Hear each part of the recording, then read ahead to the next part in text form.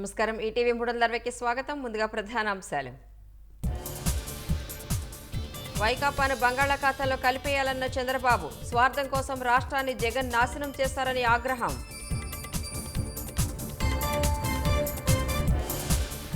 వైఎస్ఆర్ ఆశయాలకు జగన్ తూట్లు పొడిచారన్న షర్మిల, రామతీర్థం, గుండ్లకమ్మ ప్రాజెక్టుల్ని గాలి కొదిలేశారని విమర్శ. రాష్ట్ర వ్యాప్తంగా నామినేషన్ల కోలాహలం, భారీ ర్యాలీగా వెళ్లి పత్రాలు సమర్పించిన అభ్యర్థులు.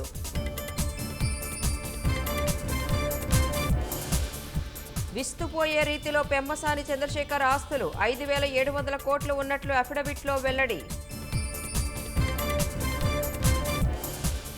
నామినేషన్ల ప్రక్రియలో వైకాపా నేతల ఆగడాలు, తెలుగుదేశంపై దాడులకు తెగబడినా అడ్డుకోని పోలీసులు.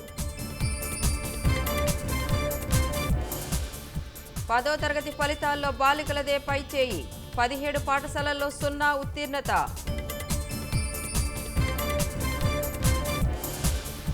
ఢిల్లీలో ఘనంగా పద్మ అవార్డుల ప్రదానోత్సవం, పద్మవిభూషణ్ అందుకున్న వెంకయ్య నాయుడు.